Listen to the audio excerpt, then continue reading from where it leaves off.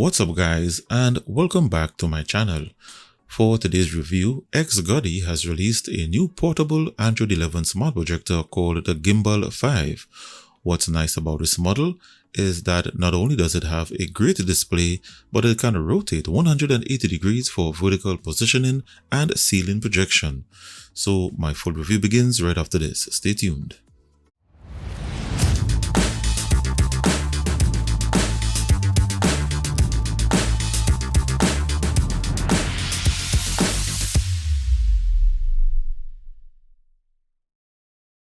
And welcome back. So in this package, you have your usual projector contents. So this is the Gimbal 5, and with it you get one infrared remote, one HDMI cable, an AC power cable, and your user manual. Its design is very simple. You have the projector lens at the front with an intake vent. Around the lens you have its focus adjustment wheel. At the back, you have its I/O ports consisting of one HDMI input, one USB, a headphone jack, a reset pinhole button, a recovery button for the Android firmware, a rear-facing IR sensor, a power button, its AC power socket, its exhaust vent, and just in the corner here in a protected compartment is where they placed its internal speaker. To its base, you have another pair of intake vents, and to both sides is where it connects to the metal bracket for the gimbal feature. At the base of the bracket, it has a large anti-skid rubber pad to keep it sturdy on surfaces. With this bracket, it can rotate a full 180 degrees in both directions. So at 8 feet 2.4 meters, I have it set up on a projector stand in horizontal position on a 72 inches ALR projector screen. On startup, it displays an XGODY animation, and then you're taken to the Android launcher. This launcher is running on Android 11 tvOS, and it has firmware updates. Upon connecting to the internet, I was prompted to complete the first firmware update, and when it restarted, I was prompted to complete another. So whether they will continue with the updates is uncertain. If you head over to the settings area under About, it shows that the Android version is Android 11. It has 8 GB of RAM and 1 GB of internal storage. It has an Android operating system, so any Air mouse, mini keyboard, gamepad, or PC mouse and keyboard will work to navigate this launcher. The settings area consists of network settings where you can connect to 2.4 plus 5 GHz Wi-Fi. You can also use this projector as a Wi-Fi hotspot. You have Bluetooth settings. Under language settings, you can change the default language, as well as you can install and change the virtual keyboard. Under other settings, you can access the Android apps section and reset the Android firmware to factory default. Under projection settings, you have 50% digital zoom, projection direction adjustment, and under keystone correction, you can enable or disable its auto keystone feature, adjust your horizontal and vertical keystone, along with 4D corner keystone. Under audio settings, you have a simple volume adjustment.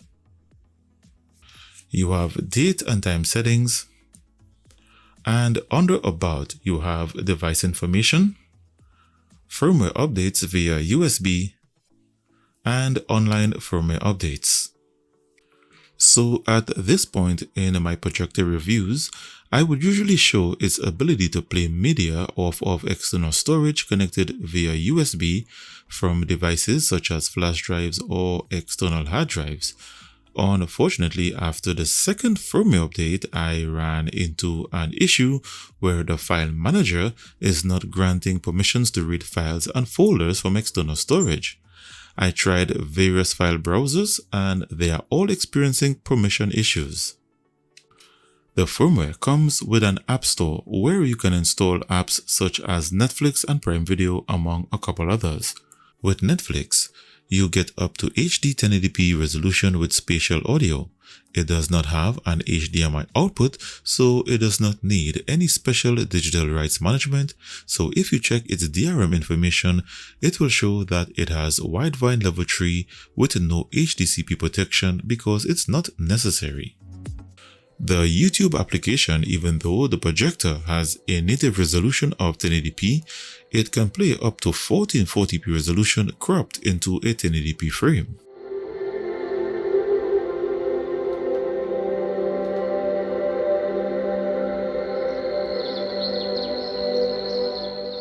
It comes with the official Mirrorcast receiver app, and with it you can cast your mobile phone in HD 1080p resolution.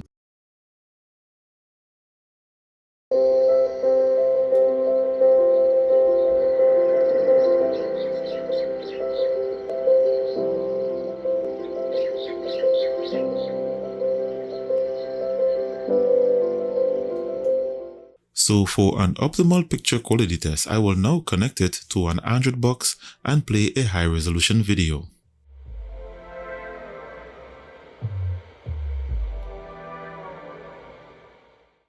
It comes with Bluetooth, so you can connect to Bluetooth speakers and other Bluetooth audio devices such as AV receivers in the event you need more audio than what its internal speaker can deliver.